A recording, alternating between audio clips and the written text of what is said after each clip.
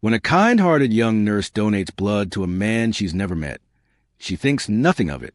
But what she doesn't know is that he's a secret millionaire, and a single father searching for a reason to believe in kindness again. What unfolds is a heartwarming twist of fate, generosity, and unexpected connections. The emergency room pulsed with life and death, a battlefield without weapons, but filled with warriors and scrubs. Alarms screamed from monitors. Stretchers wheeled in one after another like soldiers returning from war, broken and bloodied. Nurses called out vitals. Doctors issued commands, and the scent of antiseptic mixed with sweat and steel in the air. Amid the controlled chaos stood Isla Reed, a trauma nurse who had learned to thrive in the storm. At 26, she had already earned a quiet reputation for her sharp instincts and steady hands. Her brown skin glistened with effort under the fluorescent lights, and tight curls peeked out from beneath her surgical cap. Her eyes, deep focused and fierce, moved across the room, reading each situation faster than most could speak. She had just finished stabilizing a teenager with a shattered collarbone when the trauma bay doors slammed open again. Incoming. Male, late 30s, rollover crash on Highway 17, multiple fractures, internal bleeding, BP's crashing. A paramedic shouted, breathless as he wheeled the gurney in. Isla snapped into motion, her sneakers squeaking across the linoleum floor. The patient was barely conscious, face swollen, blood pooling around the chest wound despite pressure dressings. His breath came in shallow gasps, a terrifying sound of body close to surrender. The attending surgeon rushed over and began a quick assessment. We got a punctured lung, probable spleen rupture, and he's bleeding out fast. Blood pressure's tanking. We need a transfusion now. The charge nurse checked the chart. AB negative. We don't have any units on hand. Not even from the blood bank. Last delivery was delayed. Everything seemed to halt for a beat. Isla glanced at the monitor. The man's vitals were dropping fast. He was dying right there in front of them. Her own heart thudded in her chest. Without hesitation, she stepped forward. I may be negative, she said, her voice steady but urgent. Hook me up. The room froze. You sure? Asked the surgeon. I've donated before. I'm healthy, cleared. He won't make it unless we move now. For a moment, no one moved. It was a rare and dangerous call. But Isla's certainty was unwavering. Do it, she said again, her eyes locked on the man's blood-covered face. I said do it now. Within seconds, a nurse was prepping her arm while another technician began the direct transfusion line. It wasn't standard, but it was a life-or-death exception.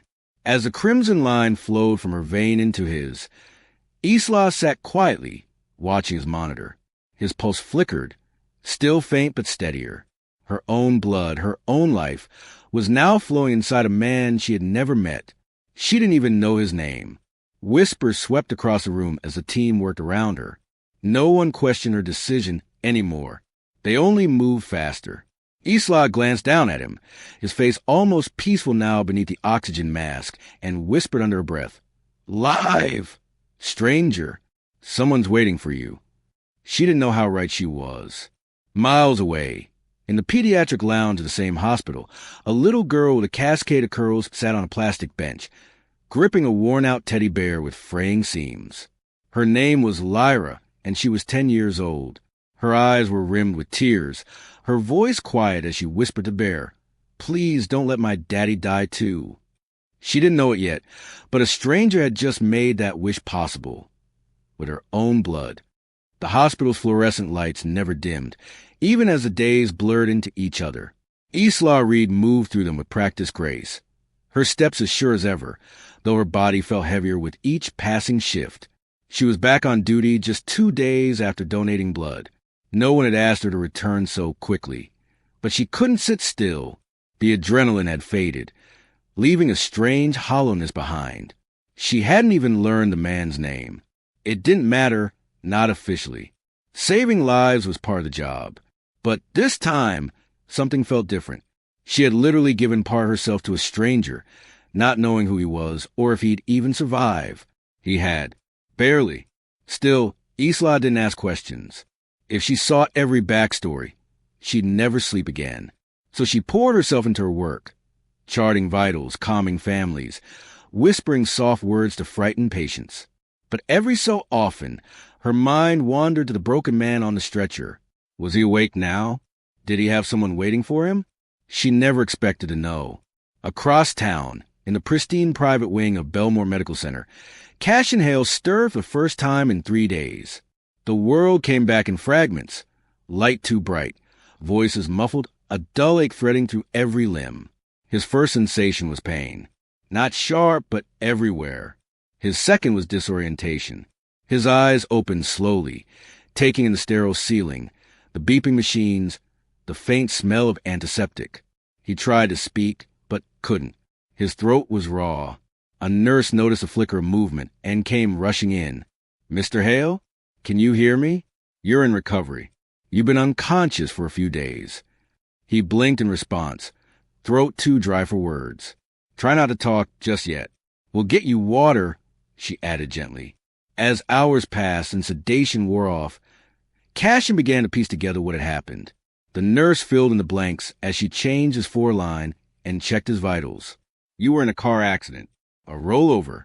You were unconscious when the medics got to you. Internal bleeding, multiple fractures. It was close." Cashin didn't respond. His mind had stopped it close. "Your blood pressure dropped dangerously low," she continued. "We didn't have any AB negative in stock when you came in. That's your type, right?" He nodded slowly, brows furrowing. "Well," the nurse smiled softly. One of the ER trauma nurses. She was a match. She volunteered. Donated her own blood. Right there on the spot. That's the only reason you're still here. Cashin stared at her, stunned. "She gave me her own blood?" The nurse nodded. "Yes, sir. That kind of selflessness. It's not something you see every day." His voice finally rasped out. "What was her name?" The nurse shrugged. "No one caught it. Just said she was doing her job." Cashin turned his gaze to the window. Morning light filtered through the blinds, painting golden stripes across his blanket. He barely remembered the accident, had no clue how many bones had broken or how close he'd come to leaving Lyra alone in the world. All he could think about was a nameless woman who had chosen to give her blood to a dying man without hesitation. It wasn't just the act. It was the fact that she didn't want to be known. No recognition. No credit. That, more than anything, haunted him. Somewhere out there, a stranger had poured her lifeblood into his. And because of her, he would live to see his daughter smile again. That truth rooted itself in his chest like a seed, and it wasn't going to leave any time soon. He didn't know her name, but he would find her. 3 weeks had passed since the night Isla Reed gave her blood to save a stranger's life. Since then, the ER hadn't slowed down, and neither had she. But no matter how many shifts she worked or how many patients she cared for, that moment remained carved into her memory like a name etched in stone. She still didn't know who the man was. She never expected to. Then came the quiet morning. She was assigned to the hospital's rehabilitation wing. A colleague had called out last minute, and Isla, always a dependable one, agreed to cover. She pulled on her white coat, tied her hair back, and headed toward the ward with no thought of what, or who, she might find there. As she approached the nurse's station, her eyes scanned the list of patient charts clipped to the door. One name made her pause. Cashin Hale, AB negative, internal abdominal repair. Her breath caught. Her fingers hovered over the chart, as if touching it would confirm what her heart already knew. It was him, the man she had saved, the one she bled for. And now he was just a few feet away. Isla's heartbeat quickened as she walked toward the room. She hesitated at the doorway, her hand resting lightly on the frame. Inside, Cashin sat upright in bed, wearing a light gray robe over his hospital gown. His face still bore faint bruises, and his left arm was wrapped in a soft cast. But there was color in his cheeks, and the fog of unconsciousness was long gone from his sharp gray eyes. Next to him sat a young girl, no more than 10, cross-legged in a chair with a sketch pad balanced on her lap. Her curls bounced as she leaned over her drawing, tongue slightly out in concentration. She looked up first, and smiled, wide and curious. "Are you the nurse who saved Daddy?" she asked innocently, her voice as bright as sunlight. Isla blinked, caught off guard. Her voice came out softer than expected. I might be... Cashin turned his head. His eyes met hers. They were steady, observant, intelligent. You are, he said quietly, a touch of wonder in his tone. You're the one they told me about. Isla stepped in, feeling strangely shy. I didn't expect to see you here. I didn't even know your name. Cashin's lips curved into a small smile. Cashin Hale. And this, he gestured at the girl, is Lyra, my daughter, my reason for still breathing. Lyra beamed and waved her crayon in the air. Isla couldn't help but smile back. Well, Cashin, it's good to see you awake. He nodded slowly. And I think I owe you a thank you. Or 10. Isla shook her head gently. You don't owe me anything. It was just what needed to be done. Cashin tilted his head. Most people don't give away part of themselves to someone they've never met. Maybe, she said, glancing at Lyra, but I didn't know you were someone's whole world. Cashin looked down at his daughter, then back at Isla. His voice softened. That makes 2 of us. The days that followed weren't part of any assigned protocol. Isla wasn't obligated to visit his room during breaks or bring him fresh flowers from the gift shop. But something drew her back, again and again. Sometimes it was just for a quick hello. Other times, it was a lingering conversation at the end of her shift. Cashin always had questions about the ER, about what drove her, about the kind of courage it took to give like that. And she, in turn, found herself asking him about Lyra, about how he managed life as a single father, about the company he ran, which he never bragged about, and the childhood stories he told Lyra before bed. One afternoon, Cashin turned to her and asked, Why did you do it? Not just the blood, but everything. Why put yourself at risk for someone you didn't know? Isla thought about it for a long moment. Because I've seen too many people die, she said finally, and not enough people fight to keep others alive. I didn't want your daughter to grow up asking why no one tried. That silence returned, the same one from the moment they first met. But this time it wasn't heavy. It was filled with understanding. Cashin gave her a look she couldn't quite explain. Part gratitude, part awe. He wasn't just healing physically anymore. He was healing emotionally. And so was she. Spring arrived slowly, with soft breezes and the promise of new beginnings. The trees around Belmore bloomed with pale pink blossoms, and the scent of fresh-cut grass filled the air. As the seasons changed, so did the rhythm of Isla and Cashin's connection. Cashin's body, once battered and bruised, was healing day by day. His cast came off in June, and physical therapy became less about recovery and more about rebuilding strength. But even as his bones knit back together, it was the intangible wounds, grief, loneliness, and fear, that began to mend the most. Much of that was because of Isla. She came by often, initially as a nurse, but more and more just as herself. Even on days she wasn't scheduled, Isla found reasons to stop by, maybe to check on Lyra, maybe bring Cashin a new book or a terrible joke scribbled on a sticky note. She always brought warmth with her, like a second spring. Sometimes they sat on the bench outside the rehab center, sipping coffee in silence. Other times, they talked for hours about everything and nothing. Cashin learned that Isla had grown up in the city, raised by a grandmother who taught her how to be strong and gentle at once. Isla learned that Cashin had built his tech company from the ground up, not for glory, but for Lyra. After his wife passed, he poured all his energy into building a future for their daughter. But what surprised Isla most was how much she laughed. Real laughter, the kind that made her stomach hurt and her guard slip away. For Cashin, it was like rediscovering joy. The way Isla and Lyra connected was effortless, almost instinctive. Isla had a way of making the little girl feel seen, heard, and safe. She read to her from illustrated books, taught her how to make paper flowers from scraps, and listened intently when Lyra rambled about space and sea turtles. One afternoon, Isla brought over a worn copy of The Secret Garden. Lyra curled up next to her on the hospital room couch, head resting on Isla's arm as she read aloud. Cashin watched from his bed, his heart swelling with something he hadn't dared feel in years. Belonging. That's what it was.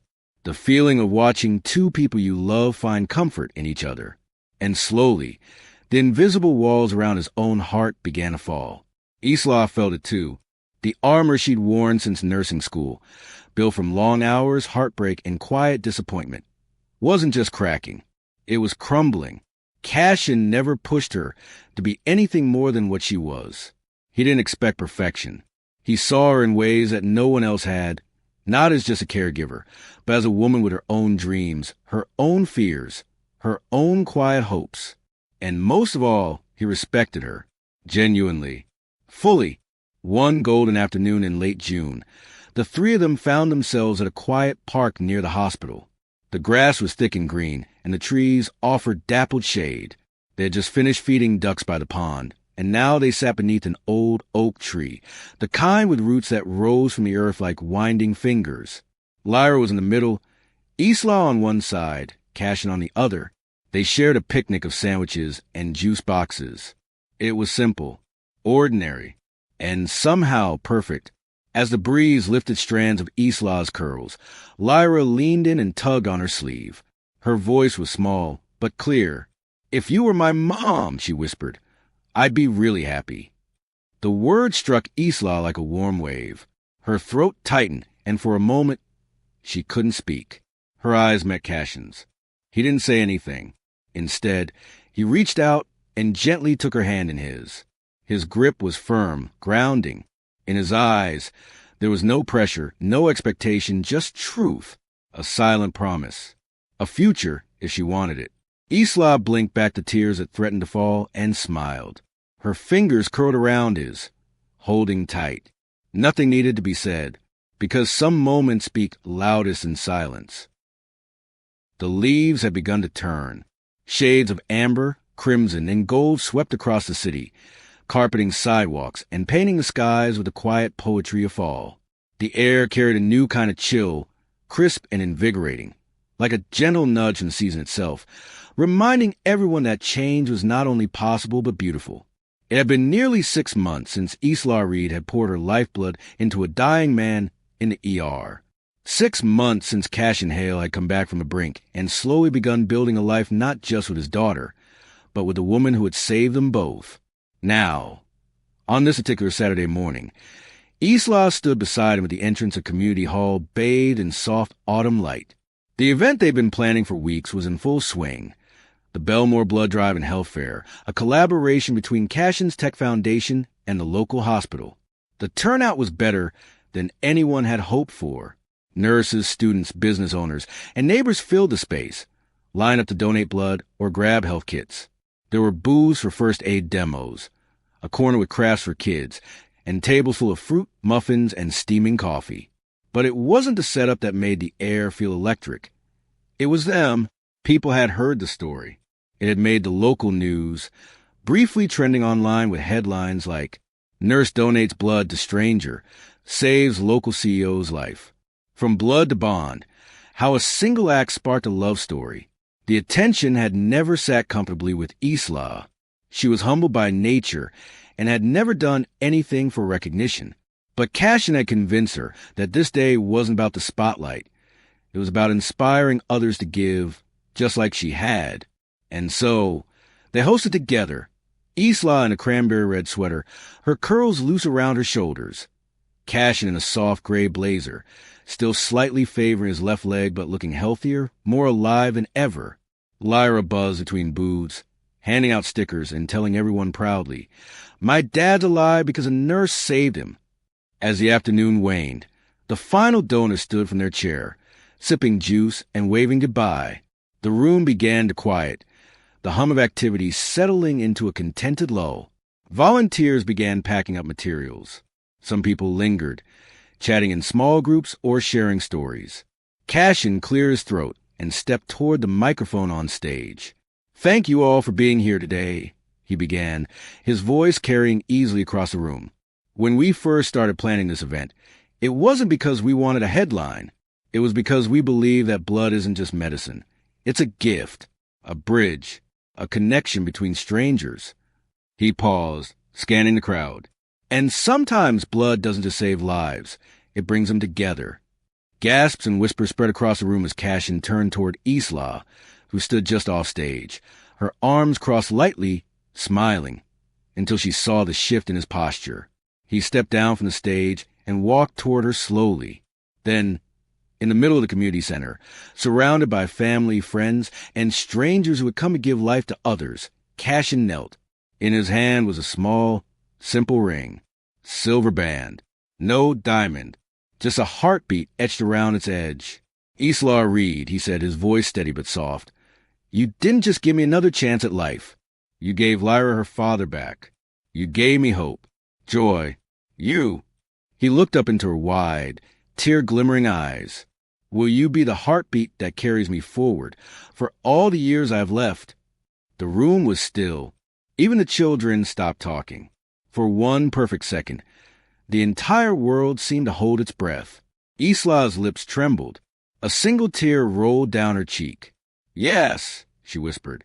Cashin stood, and before they could even embrace, Lyra rushed in and wrapped her arms around both of them. The three of them held each other in a tight, trembling circle as the crowd erupted in applause, some clapping, some crying, all witnessing something rare. Not just a proposal, but a full-circle moment of life, love, and second chances. Spring arrived once more, gentler this time, and full of promises kept. The chapel was small but bathed in sunlight, nestled in a garden just outside the city. Flower petals lined the aisle. Simple white chairs stood in neat rows, occupied by friends, family, hospital staff, and a few of Cashin's wide-eyed tech colleagues, many of whom had never attended such a personal ceremony. At the front stood Lyra, proudly holding a bouquet bigger than her smile. Cashin wore a tailored navy blue suit, the soft lines of healing still present but fading. Isla, radiant in a flowing gown that matched the color of blooming magnolias, walked down the aisle not just as a bride, but as a miracle in motion. There were no grand speeches, no elaborate vows, just two people who had walked through fire, one nearly losing his life, the other freely offering hers, and found something neither of them expected: love. They spoke softly as they exchanged rings. Cashin's voice cracked when he said, "Forever." Isla blinked away tears as she whispered, "I do." And Lyra, unable to contain herself, burst into joyful laughter as the officiant declared them husband and wife. After the ceremony, guests gathered beneath swaying trees for a quiet reception. There was music, laughter, and stories shared about how the blood-dry proposal had become a local legend. Some called it fate, others destiny. But to Isla and Cashin, it was something simpler and deeper. It was choice. She chose to give without knowing who she was saving. He chose to heal with his heart wide open. And together, they chose to build a life rooted in compassion, not coincidence. Isla never imagined that one unit of blood, one small act in a hectic ER, would lead to a daughter, a husband, and a community that now saw blood not just as survival, but as connection. For her, it had started with a whisper in the trauma room. Live, stranger, someone's waiting for you. Now, she woke each morning to the laughter of that someone. And every time she looked at Lyra or Cashin, she knew sometimes the heart doesn't just save, it finds. If this story touched your heart, don't forget to like, share, and subscribe for more stories about kindness, connection, and unexpected love. Turn on the notification bell so you never miss a tale that might just change the way you see the world. Thank you for watching. Until next time, stay kind.